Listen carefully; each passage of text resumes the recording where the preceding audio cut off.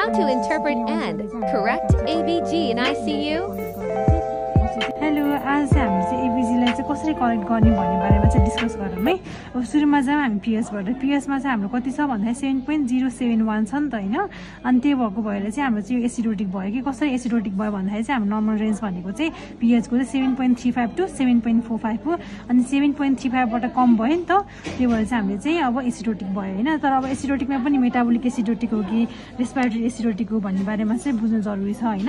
अब त्यसको लागि हामी पिसिओटु हेर्नुपर्छ। अनि अब चाहिँ हामीले पिसिओटु हेरौँ। पिसिओटुमा चाहिँ हाम्रो चाहिँ नर्मल रेन्ज भनेको 35 टु 45 हो। अब हाम्रो चाहिँ 49.4 छ भनिसकेपछि चाहिँ हाम्रो चाहिँ बढ्यो नि त, त्यही भएर चाहिँ हाम्रो के भयो त यो भन्दा चाहिँ एसिडोटिक भयो, रेस्पिरेटरी एसिडोटिक भयो हैन। अनि अब पिओटु हेरौँ, पिओटु नर्मल नै छ, 93 भन्छ नर्मल नै भइहाल्यो। अब हामीले चाहिँ बाइकाप हेर्नुपर्छ कि अब यो मेटाबोलिक हो कि रेस्पिरेटरी हो भनेर चाहिँ थाहा पाउनुको लागि चाहिँ हामीले चाहिँ पिसिओटु पछि हामीले बाइकाप हेर्नु पर्यो।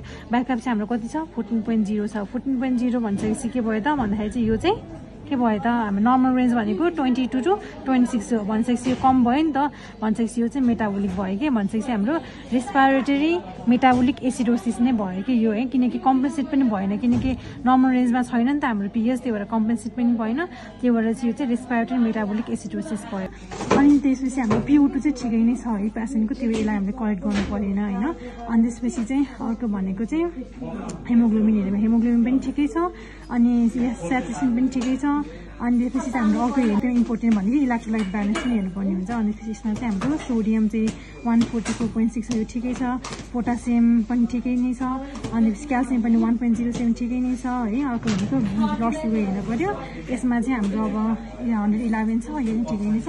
ल्याक्टेट चाहिँ हाम्रो बढिरहेको छ होइन। अब ल्याक्टेट चाहिँ हाम्रो अब पेसेन्टको अब यहाँ चाहिँ ओटीमा होइन, अब पेसेन्टको चाहिँ आन्ट्रपहरू पनि चलिरहेको हुन्छ, त्यही भएर पनि त्यसले गर्दाखेरि पनि ल्याक्टेट बढ्न सक्छ होइन। अनि त्यही भएर हामीले चाहिँ अब अहिले पेसेन्ट चाहिँ ल्याक्टेटको चाहिँ कजहरू पनि थाहा पाउनुपर्छ। कहिले चाहिँ चिसो छ भन्यो भने पेसेन्टको चाहिँ ल्याक्टेट बढ्न सक्छ, पर्फ्युजन नभएको, त्यही भएर हामीले चाहिँ सुरुमा चाहिँ पर्फ्युजन गराउनुको लागि वार्म गराउनु पऱ्यो, त्यो भएर वार्महरू बेयरहरू लगाउन सकिन्छ होइन। त्यसपछि आयरन टपहरू चाहिँ घटाउन सकिन्छ। अनि त्यसले पनि गर्दा भएन भने चाहिँ हामीले अरू चाहिँ डक्टरहरूसँग सजेसन लिएर त्यो अनुसारको इन्टरभेन्सन गर्न सकिन्छ है। र अब त्यसपछि मैले चाहिँ अब यहाँ चाहिँ हाम्रो बाइकाप चाहिँ कम भएको भएर बाइकाप दिएँ होइन। अब हामीले बाइकाप चाहिँ करेक्ट गर्नको लागि चाहिँ हामीले चाहिँ अहिले चाहिँ आइसियुमा चाहिँ हामीले के गर्छौँ भन्दाखेरि चाहिँ त्यो बेसिक फिसिस भन्ने हुन्छ कि बिसिएफ भन्ने, यो चाहिँ छ नि बिई अनि बी लेखेको, यो चाहिँ 15.4 छ होइन। अनि त्यसपछि यसलाई चाहिँ हामीले चाहिँ रेफरेन्स मानेर यसलाई 15.4 इन्टु 0.6 गर्ने अनि इन्टु वेट गऱ्यो भने चाहिँ हामीले चाहिँ फुल करेक्सन गर्ने कति भनेर चाहिँ थाहा हुन्छ कि। अनि त्यसपछि त्यही अनुसारले चाहिँ हामीले बाइकाप चाहिँ करेक्ट गऱ्यौँ होइन। बाइकाप करेक्ट गरेर चाहिँ पछि चाहिँ हामीले चाहिँ यो चाहिँ मैले 1 घन्टापछि गर्दाखेरि चाहिँ पिएच चाहिँ अब करेक्ट भएर 7.356 भयो। अनि त्यसपछि यो नि पेसेन्ट 9 के इभन पेसेन्ट 9 के होइन।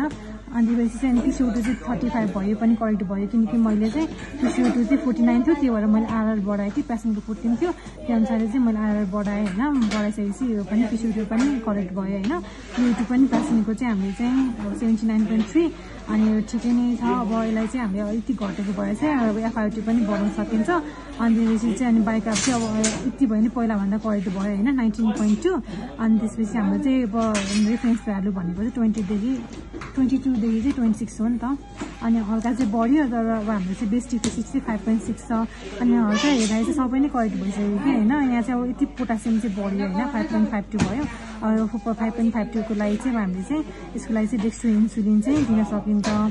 अनि त्यसपछि चाहिँ अनि अरू भनेको क्याल्सियम पनि कम छ, त्यही भएर हामीले चाहिँ डेक्स्ट्रो इन्सुलिन प्लस क्याल्सियम दियौँ, पोटासियमलाई पनि ठिक हुन्छ। अनि क्याल्सियम रिप्लेसमेन्ट पनि भइहाल्यो। अनि ब्लड सुगर चाहिँ 103 छ। ल्याक्टेट चाहिँ अब पहिला नि बढेको थियो, अनि अहिले पनि बढ्नेछ भनिसकेपछि चाहिँ हामीले चाहिँ यसलाई चाहिँ करेक्ट गर्नको लागि चाहिँ अब डक्टरलाई चाहिँ सोध्नुपर्छ।